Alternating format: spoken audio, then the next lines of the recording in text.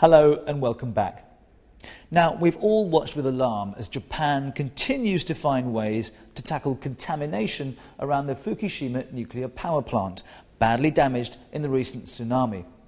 But did you know it's 25 years since Chernobyl exploded, spreading radiation across Europe and Western Russia? To this day, it is still the world's deadliest nuclear accident. Well, earlier this year, the Ukrainian government opened the site up to tourists for the first time. And we sent Carmen Roberts out on a day trip with a difference.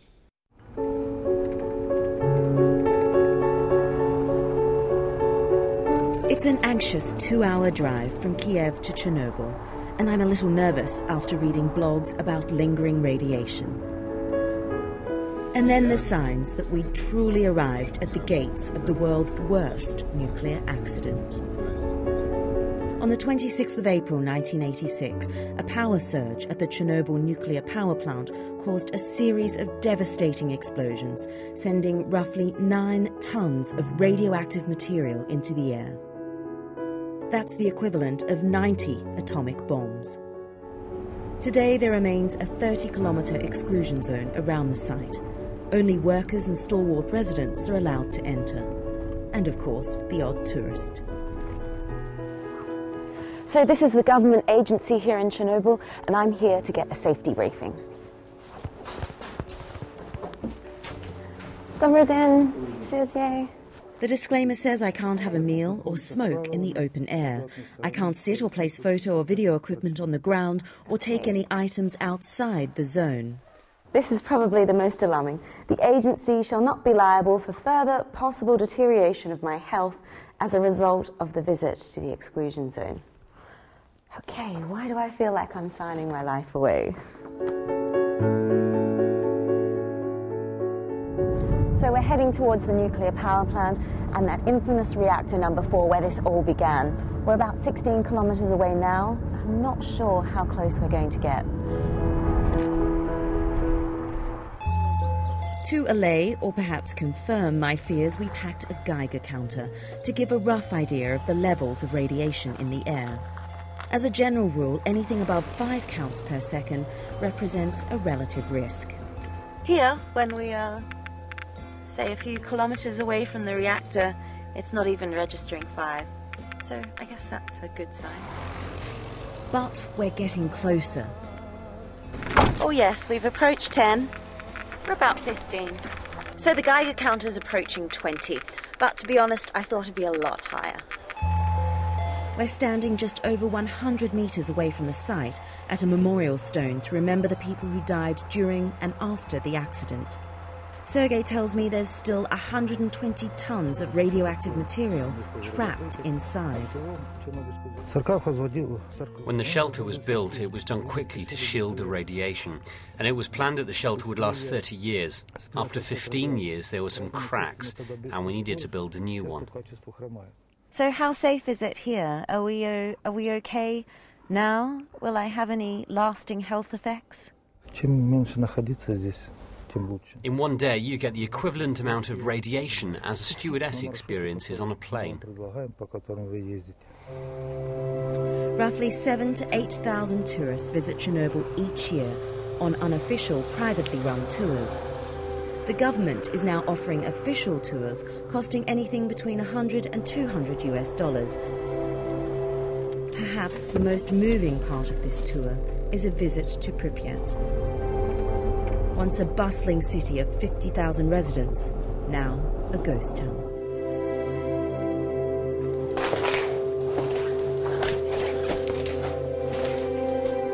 It's such an eerie feeling walking around these classrooms. I can see a high-heel shoe here. Down there, there's some poor child's teddy bear. And there's even a textbook with Lenin in it. It's all signs that people here left in a hurry, and at the time they were told they'd be back in 3 days' time. 25 years later. Leaving Pripyat, tiny signs dot the area, showing where houses once stood. Surprisingly, 270 permanent residents remain.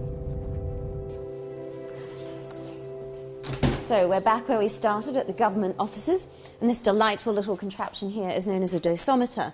So I'm going to place my feet here on these sensors. This is where I've been walking on radioactive ground with my shoes, and now I'm going to put my hands here and wait for the light to go green. According to the government, this means I've not personally been exposed to any substantial radiation, and I'm safe to go.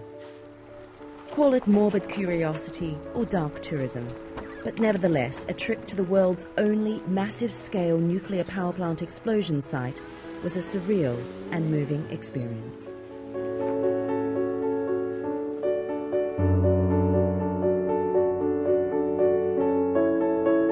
Carmen Roberts reporting there. She really will go anywhere, that girl.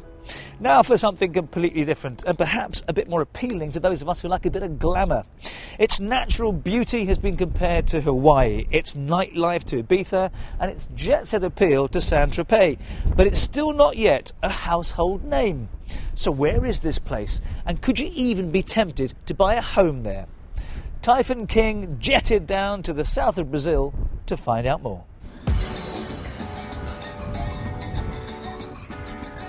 One destination that's been able to fly above the financial turbulence of recent years is Florianopolis, often called Floripa, a city bridged across the mainland and an island in southern Brazil.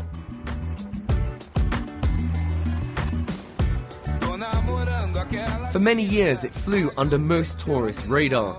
However, in the past decade, it was detected by the rich and famous and took off as one of the trendiest holiday hotspots.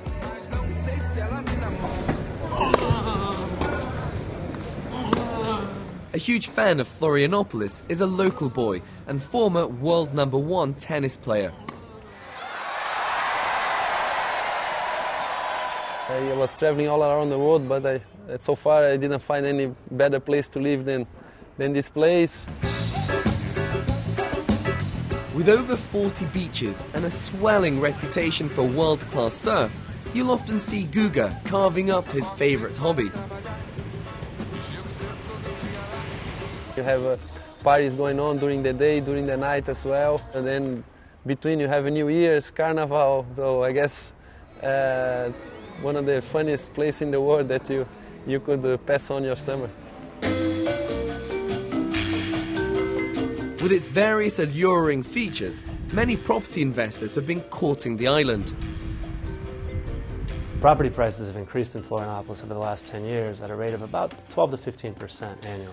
For example, you have Jurerê International, which is a very high-end beach neighborhood, attracting a Beverly Hills clientele, if you will.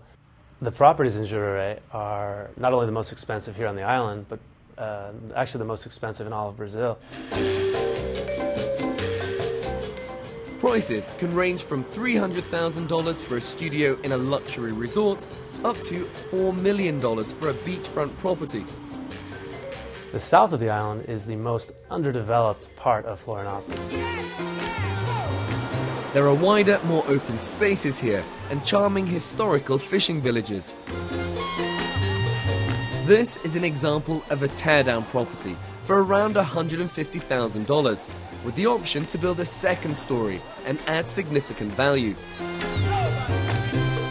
But why has the property market in Florianopolis remained relatively stable compared to other tourist destinations around the world? Brazil's strongly growing economy emerged relatively unscathed from the global financial crisis, and Florianopolis is seen as a safe, clean city with a well-educated population and good employment opportunities. But of course, buyers need to be wary of the potential downsides to investing in Florianopolis. The island's population has grown from 100 to 400,000 people in the past decade and hits around 1 million each summer, causing great congestion. The problems in Florianopolis is the same problems about all the cities in the world developed too fast. Is it possible to build the roads like you say the cars? It's impossible to build the schools or the hospitals like you build a building for the people in the beach. The IMF projects 4.5% GDP growth in Brazil this year, and with speculators investing in property as the country gears up to host a World Cup and Olympics, Florianopolis prices are forecast to increase at ongoing rates. Typhon King there reporting on a city that's making Buenos Aires and Rio de Janeiro quake in their respective butters. That's Spanish for boots. That's it for now, but join us next week when Fiona will be looking at the issue of misleading travel ads and how you can avoid getting caught out by offers that are just too good to be true.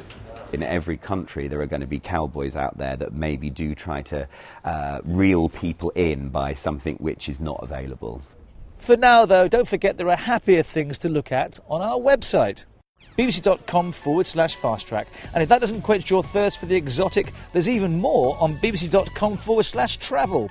There you'll find out why US fast food chains are shedding their greasy image and moving upmarket. And we take a look at the art market in that capital of kitsch, Hong Kong. But until then, from me, Raj and Datar, and the rest of the Fast Track team, thanks for watching and see you next time.